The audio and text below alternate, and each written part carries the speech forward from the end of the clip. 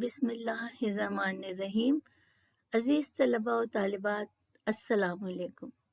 آج ہم اقبال کی مشہور غزل کو سمجھنے کی کوشش کریں گے۔ یہ غزل او لیول کے نئے نصاب میں شامل ہے اور اس غزل کو سمجھنے اور اس کے حوالے سے اقبال کے کلام کو جاننے کے لیے، اس کی فہم کے لیے ضروری ہے کہ اس کے اشعار کی تشریح کی جائے۔ چنانچہ میں آپ کے سامنے اس کی تشریح پیش کروں گی۔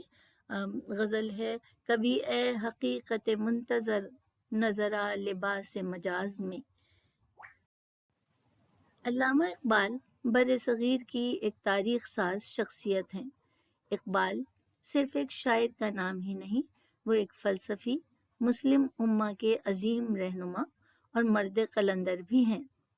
ان کا ذہن حیات و کائنات کی گتھیاں سلجھانے میں محو رہتا ہے اور نگاہ دوربین آنے والے زمانوں کی نقاب کشائی کرتی ہے۔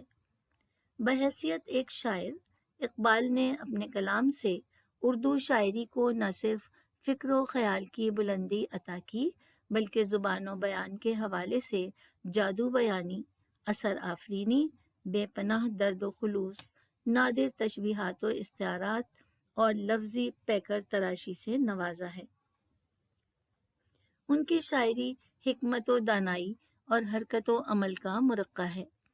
انہوں نے اردو شاعری کو بے شمار نئی علامات سے مالا مال کیا اور پرانی علامات کو نئے معانی دیے۔ مثلاً شاہین، خودی، بے خودی، عشق، مرد مومن، یہ چند وہ علامات ہیں جن کے ذریعے اقبال نے اپنا پیغام ہم تک پہنچایا، اور ان میں سے ہر ایک کو ایک اصطلاح کے طور پر استعمال کیا، خاص معنوں میں استعمال کیا۔ اقبال کے نزدیک عشق کائنات کی بنیاد ہے۔ یہ روایتی شعراء کا عشق نہیں ہے، بلکہ قوت تسخیر کا دوسرا نام ہے۔ یہ ایک متحرک قوت ہے جو زندگی کو رواں رکھتی ہے۔ یہ اپنے مقصد پر بے پناہ یقین کی علامت ہے۔ عشق الہی اور عشق مصطفیٰ صلی اللہ علیہ وسلم اقبال کی شاعری کا محور ہیں۔ ان کو وہ اپنی خودی کو پہچاننے اور اس کے حوالے سے معرفت خداوندی یعنی اللہ کو پہچاننے کا ذریعہ بناتے ہیں۔ عشق الہی کی تڑپ اور جذب و شوق کی حالت میں اقبال کبھی خدا سے شکوہ کرتے ہیں اور کبھی اس کو مجسم دیکھنے کا تقاضا کرتے ہیں۔ ان کی یہ مشہور غزل اسی کیفیت کی ترجمان ہے۔ آئیے ہم پہلے اس کے الفاظ و تراکیب کا جائزہ لیتے ہیں۔ دیکھیں، میں نے جب آپ سے کہا کہ وہ عشق الہی کی تڑپ میں یہ تقاضا کرتے ہیں اللہ کو دیکھنے کا، تو آپ یہ ہوتا ہے کہ انسان جو ہے اس کے دل میں خواہش ہوتی ہے کہ جس سے وہ محبت کر رہا ہے یا جس کا خیال اس کے دل میں ہے اس کو کسی طرح دیکھ سکے کہ آخر وہ ہے کیسا۔ تو ایسی ہی کچھ کیفیت اقبال کی ہے۔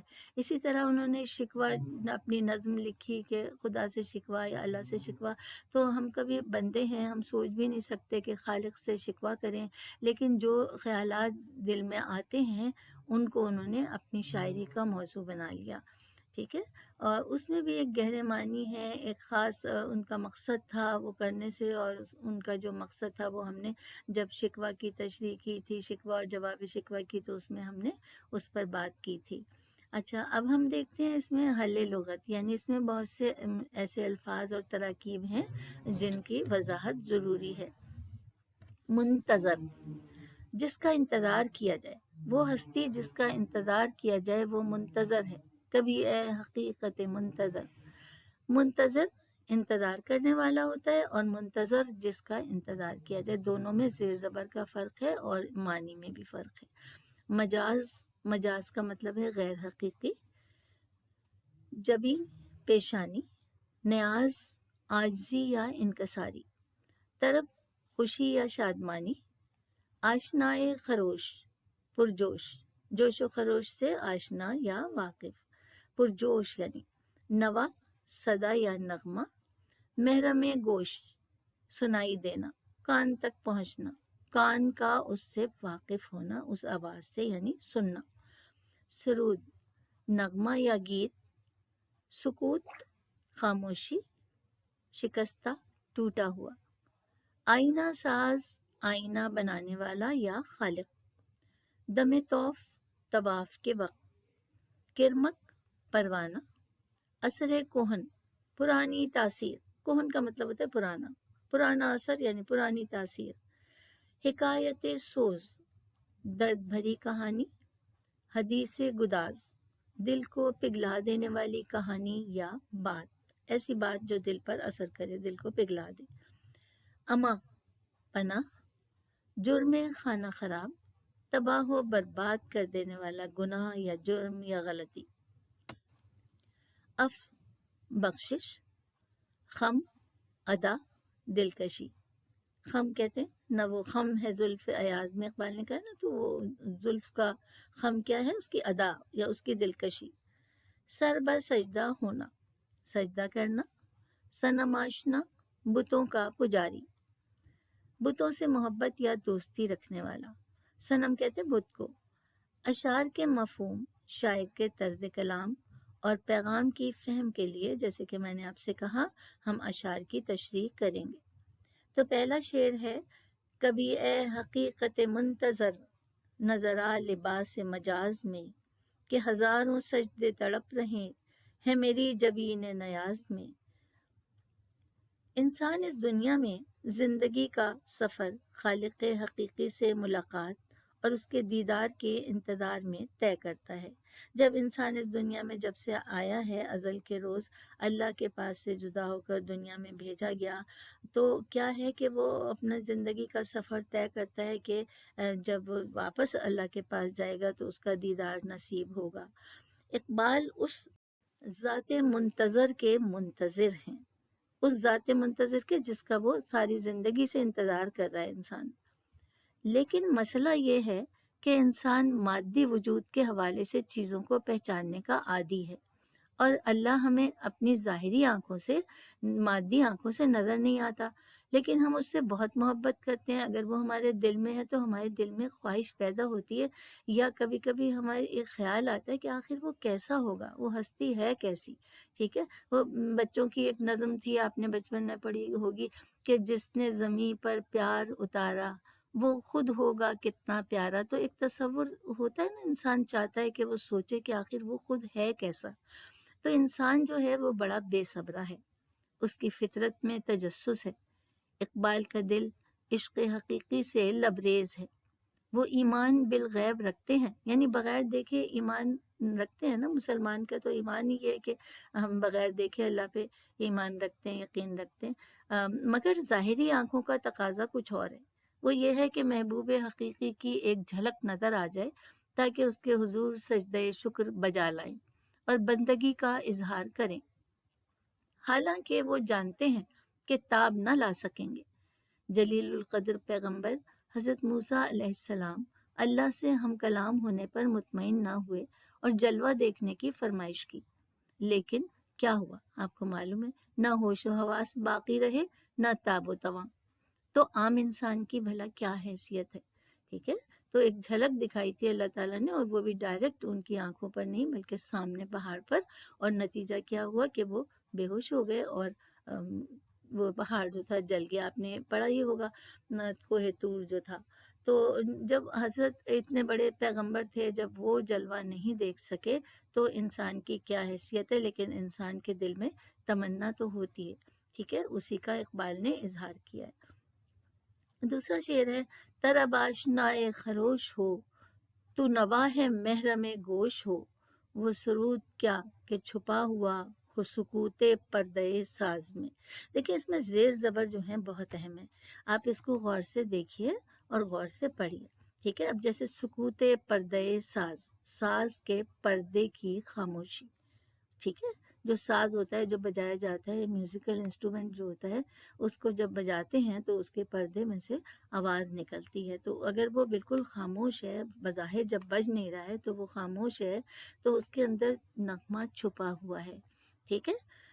اقبال کے جذبات کی شدت اور تفکر کی گہرائی انہیں نظم اور غزل میں نئی نئی پرشکوہ تراکیب وضع کرنے پر مجبور کرتی ہے، کیونکہ پرانی تراکیب کے پیمانے ان کے لیے ناکافی محسوس ہوتے ہیں۔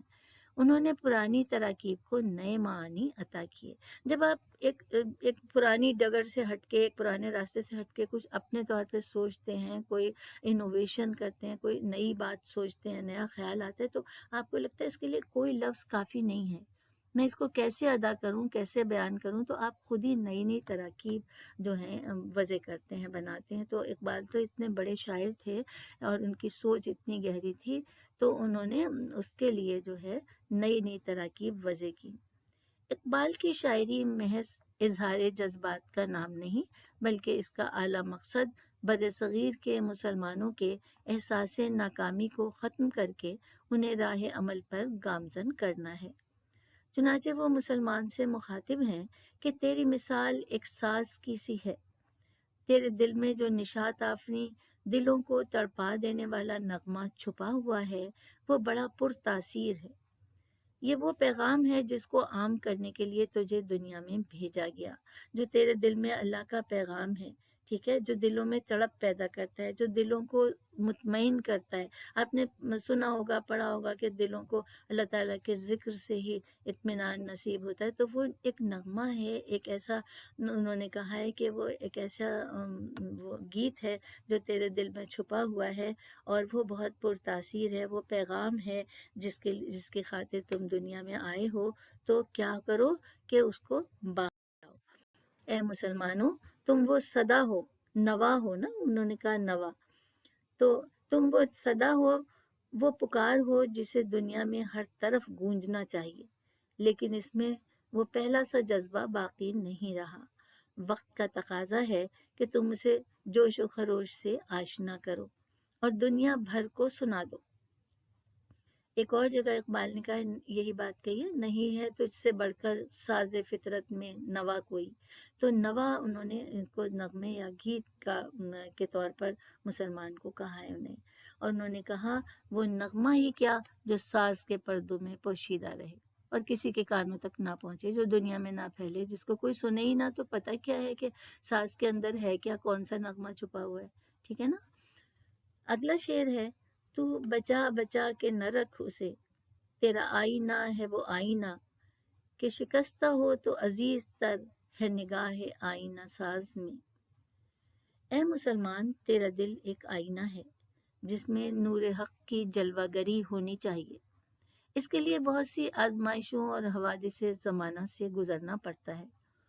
تو نے اس دل کو صرف دنیاوی خواہشات اور مادی توہمات کے عکس تک محدود کر دیا ہے۔ اس میں حقیقت کی بجائے مجازی تصاویر کی جھلک نظر آتی ہے۔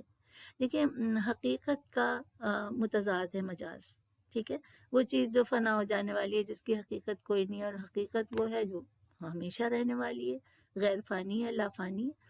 یہ دنیا تو فنا ہونے والی ہے، تو اسی کو حقیقت سمجھ بیٹھا ہے۔ اس آئینے کو توڑ دے جس میں غیر اللہ کا عکس ہے، اللہ کے سوا دنیا کی چیزوں کا عکس ہے، دنیا کے بارے میں تم سوچتے ہو، تمہارے دل میں وہی چیزیں بسی ہوئی ہیں، اور اس میں ہونا کیا چاہیے، اللہ کا نور ہونا چاہیے، اسی کی جھلک نظر آنی چاہیے، جیسے آئینے میں نظر آتی ہے، ٹھیک ہے۔ تیرے خالق کی نظر میں وہ ٹوٹا ہوا دل زیادہ قیمتی ہے۔ یہ وہ آئینہ ہے جس کے ہر ٹکڑے میں خالق کا عکس نظر آتا ہے۔ وہ ٹوٹے دل کی پکار سنتا ہے، کیونکہ اس میں درد مندی، خلوص اور احساس بندگی ہوتا ہے۔ وہ غرور و تکبر اور انا کا بت توڑ دیتا ہے۔ جب انسان کا دل ٹوٹ جاتا ہے تو وہ اللہ کی طرف رجوع کرتا ہے، اس کے علاوہ اس کو کوئی نظر نہیں آتا، وہ ایک فطری طور پر اس کی طرف وہ رجوع کرتا ہے اور اسی کو یاد کرتا ہے اور اسی سے پھر مانگتا ہے، اور دینے والا بھی وہی ہے، وہی مصیبت میں ڈالتا ہے اور وہی اس سے نکالتا ہے۔ اگلا شعر دیکھیں، دم طوف کرمک شمع نے یہ کہا کہ وہ اثر کہن، نہ تیری حکایت سوز میں نہ میری حدیث گداز میں۔ پروانہ اور شمع کی علامات کا اردو اور فارسی شاعری میں بے پناہ جذبہ عشق کے حوالے سے بکثرت استعمال کیا گیا ہے۔ آپ نے دیکھا ہوگا اکثر شعراء نے شمع اور پروانے کا استعمال کیا، اس علامت کا یا اس استعارے کا استعمال کیا۔ شمع اپنی آگ میں جلتی اور پگھلتی ہے، اور پروانہ اس کے گرد چکر لگا کر جل مرتا ہے۔ اقبال فرماتے ہیں کہ ایک زمانے میں عشق و محبت کی داستانیں حقیقی ہوں یا مجازی، جذب و شوق کی ترجمان تھیں، لیکن اب ان میں وہ تاثیر باقی نہیں رہی۔ نہ دلوں میں وہ سوز و درد باقی ہے، نہ اعمال و افعال میں خلوص ہے۔ اس کی جگہ نمود و نمائش ہے، دکھاوا ہے، ٹھیک ہے؟ طواف اور عبادات رسوم و روایات بن کر رہ گئی ہیں۔ کبھی محبوب حقیقی کے عشق میں سرشار مجاہد پروانوں کی طرح جان کی بازی لگا دیتے تھے، لیکن آج وہ جذبہ ناپید ہے۔ آج نہ تمہارے رہنماؤں کے بلند بانگ دعووں میں، جو اونچے اونچے دعوے کرتے ہیں رہنما تمہارے، ان میں نہ صداقت ہے کہ لوگوں کو اپنے گرد اکٹھا کریں، نہ افراد قوم میں جذبہ وفاداری و سرشاری ہے۔ ایک اور جگہ اقبال نے کہا ہے، رہ گئی رسم ازاں روح بلالی نہ رہی۔ تو اسی طرح تمہاری عبادات میں، تمہاری نماز میں، تمہاری اذان میں وہ اثر نہیں ہے کہ لوگ دوڑے چلے آئیں، ٹھیک ہے؟ اور نماز میں بھی وہ بات نہیں رہی، ٹھیک ہے؟ تو یہ ہم دیکھتے ہیں کہ اس کا اقبال نے اس بات کو اس طرح سے بیان کیا پروانے اور شمع کے حوالے سے۔ نہ کہیں جہاں میں اما ملی، جو اما ملی تو کہاں ملی، میرے جرم خانہ خراب کو تیرے عفو بندہ نواز میں۔ اقبال نہایت عاجزی و انکساری کے ساتھ اپنے گناہوں کا اعتراف اور اللہ کی رحمت و مغفرت کا بیان کرتے ہیں کہ میں نے اپنے گناہوں کے سبب خود کو تباہ و برباد کر دیا۔ میں تیرا نافرمان تھا، جرم خانہ خراب، میرا ایسا جرم کہ جس نے مجھے تباہ کر دیا، خانہ خراب کر دیا، مجھے بربادی کی طرف لے گیا، ٹھیک ہے؟ میں تیرا نافرمان تھا، لیکن دنیا بھر سے ٹھکرائے جانے کے بعد مجھے تیری دامن شفقت و رحمت میں پناہ ملی۔ وہ بخشنے والا مہربان ہے، اس کا در انسان کی آخری پناہ گاہ ہے۔ وہ نہ صرف توبہ کی توفیق عطا فرماتا ہے، بلکہ وہ مؤثر الفاظ بھی سکھاتا ہے جن سے مغفرت طلب کی جاتی ہے، ٹھیک ہے؟ انسان خطا کا پتلا ہے، لیکن مالک عذاب دے کر نہیں، معاف کر کے خوش ہوتا ہے۔ حضرت آدم علیہ السلام سے لے کر جلیل القدر پیغمبروں کے واقعات بھی اس حقیقت کے شاہد ہیں کہ جب کوئی غلطی سرزد ہوئی تو رب غفور کی رحمت سے مشکل آسان ہوئی۔ لیکن جب پیغمبروں سے غلطیاں ہوئیں یا ان کو آزمائش میں ڈالا گیا تو ان کو خود ہی اللہ تعالیٰ نے دعائیں سکھائیں، اور ان دعاؤں کے ذریعے جب انہوں نے مغفرت طلب کی، اپنی غلطی کی معافی طلب کی، توبہ کی، تو وہ قبول ہوئی۔ تو وہ ہمارے لیے وہ رہنما کی حیثیت رکھتی ہیں، وہ دعائیں جو پیغمبروں کی ہیں۔ اور جب ہم پر کوئی مشکل پڑتی ہے تو ہم وہ دعائیں پڑھتے ہیں، ہم کہتے ہیں یہ یونس علیہ السلام کی دعا ہے، یہ حضرت آدم علیہ السلام کی دعا ہے، تو یہ ہم ان کے ذریعے ہم اللہ کو پکارتے ہیں۔ تو یہ بھی وہی سکھاتا ہے نا، وہ مؤثر الفاظ بھی سکھاتا ہے، توفیق بھی دیتا ہے توبہ کی۔ اس کی مرضی یہ ہوتی ہے کہ ہم اس سے مغفرت مانگیں اور وہ معاف کرے، وہ ہمیں عذاب دے کے خوش نہیں ہوتا، ٹھیک ہے؟ وہ اپنے بندوں پر اتنا مہربان ہے۔ نہ وہ عشق میں رہیں گرمیاں، نہ وہ حسن میں رہیں شوخیاں، نہ وہ غزنوی میں تڑپ رہی، نہ وہ خم ہے زلف ایاز میں۔ اس شعر میں اقبال نے محمود اور ایاز کی تلمیح کو علامت کے طور پر استعمال کیا ہے۔ دیکھیں، تلمیح کا مطلب ہوتا ہے کسی تاریخی واقعے کا ذکر، ٹھیک ہے؟ یا کوئی تاریخی حوالہ، یا کوئی حدیث یا آیت کا، یا کوئی ایسا حوالہ جس سے سب واقف ہیں اور وہ تاریخ کا حصہ ہے۔ مسلمان پستی اور زوال سے دو چار ہیں، آج ان میں وہ قوت ایمانی، وہ جذبہ غیرت و حمیت موجود نہیں جس کی بنا پر محمود غزنوی نے مال و دولت کو ٹھکرا دیا اور بت شکنی کو ترجیح دی تھی، ٹھیک ہے؟ یعنی بت کو توڑ دیا تھا اس نے، ان کو بہت سا مال و دولت پیش کیا گیا، لیکن انہوں نے کہا کہ میں بت فروش نہیں ہوں، بت کو بیچنے والا نہیں ہوں، میں بت کو توڑنے والا ہوں، ٹھیک ہے؟ آج کوئی غزنفی جیسا بت شکن نہیں، بت فروش بہت ملیں گے۔ ایاز جو ایک غلام تھا، اپنی بے مثال صلاحیتوں کی بنا پر حکمرانی کے مقام پر پہنچا، مگر جاہ و مرتبے کے باوجود غرور و تکبر سے دامن بچائے رکھا۔ اس کی سی ادا، اس کا انداز، یعنی وہ خوبیاں، وہ صلاحیتیں اب تم میں نظر نہیں آتی۔ جو میں سر بسجدہ ہوا کبھی تو زمیں سے آنے لگی صدا، تیرا دل تو ہے سنماشنا، تجھے کیا ملے گا نماز میں۔ اقبال مسلمانوں کو احساس دلاتے ہیں کہ تمہاری دنیا داری اور دین سے دوری کے باعث تمہاری نماز محض رسم بن کر رہ گئی ہے، نہ تو نیت میں خلوص ہے نہ دل میں تقوی۔ وہ کیفیت جسے خشوع و خضوع کہا جاتا ہے باقی نہیں رہی۔ اپنے حوالے سے فرماتے ہیں کہ جب میں نے سجدہ کیا تو زمین سے آواز آنے لگی۔ یہ دراصل ایک حساس باشعور انسان کے ضمیر کی آواز ہے۔ یہ احساس ندامت ہے۔ خود ہی اندازہ ہو رہا ہے کہ میں نماز تو ہم پڑھ رہے ہیں لیکن دل کہیں اور ہے، دل میں دنیا جہان کے خیالات آ رہے ہیں کہ جیسے ہی نماز سے فارغ ہوں گے تو یہ کریں گے وہ کریں گے، یا کسی نہ کسی کے بارے میں سوچ رہے ہیں، حالانکہ پورا اللہ تعالیٰ کی طرف دھیان ہونا چاہیے، ہے نا۔ تو نماز تو وہی ہے۔ تو یہاں پہ ہم دیکھتے ہیں کہ نماز جو ہے نا وہ تو مومن کی معراج ہے، ٹھیک ہے۔ اور جیسے کہ میں نے ابھی آپ کو بتاتی ہوں کہ یہ آواز کیا آنے لگی کہ تیرے دل میں تو بتوں کی محبت بسی ہوئی ہے، تجھے نماز سے کیا حاصل ہوگا۔ نماز مومن کی معراج ہے، اس میں بندہ اپنے رب سے ہم کلام ہوتا ہے۔ ہم اللہ سے باتیں کر رہے ہوتے ہیں نا نماز میں، تمام آپ نماز کے جو کچھ آپ پڑھتے ہیں آپ دیکھیں تو اس کا یہی مطلب ہے کہ ہم یا تو اللہ سے دعا کر رہے ہیں یا اس سے باتیں کر رہے ہیں، اس کو مخاطب کر رہے ہیں، ٹھیک ہے۔ لیکن تمہارے دل میں حکومت و اقتدار کی خواہش، دولت کی ہوس، رنگ و نسل اور عہدہ و منصب کے بتوں کی حکمرانی ہے۔ تم نے نماز کو کچھ حرکات و سکنات کا مجموعہ سمجھ لیا ہے کہ کچھ اٹھک بیٹھک کر لیں گے، کچھ حرکتیں ایسی ہوں گی، اٹھنا بیٹھنا ایسے ہمارے ہوں گے طریقے، تو بس وہ نماز ہے، حالانکہ وہ نماز نہیں ہے۔ یہ اقبال بتانا چاہ رہے ہیں۔ تو اللہ کی خوشنودی کیسے حاصل ہوگی؟